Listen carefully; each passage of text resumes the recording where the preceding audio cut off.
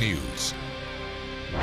We begin with the neighbors nobody wants. People considered so vile and dangerous, cities have put limits on where they can live. And tonight, a woman is on a crusade against rapists in Racine. She says her city is vulnerable. Brett Bagansky now with our big story.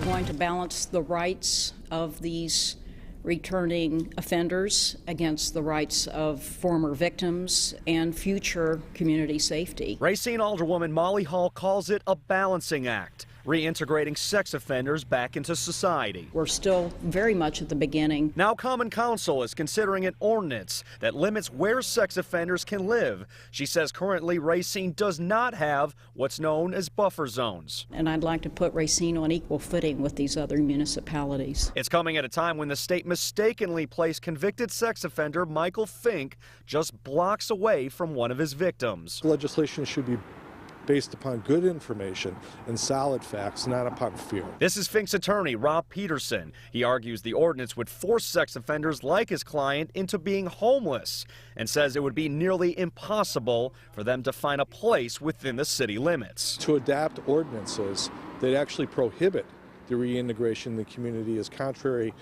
to any constitutional notion of due process or liberty. Ma'am, who are you? Ma'am, who are you? Alderwoman Hall spoke out in court Thursday during Fink's hearing, where the state released where he will be living once he's released. Do we say to them as a people, we're going to lock you up and throw away the key for the rest of your life?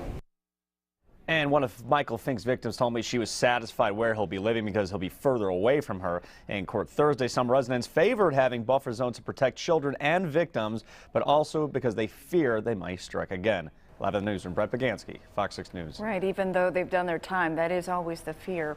Thank you, Brett, for that. All right, thanks, Anna. Now to an update on a story that started with a letter to the Fox 6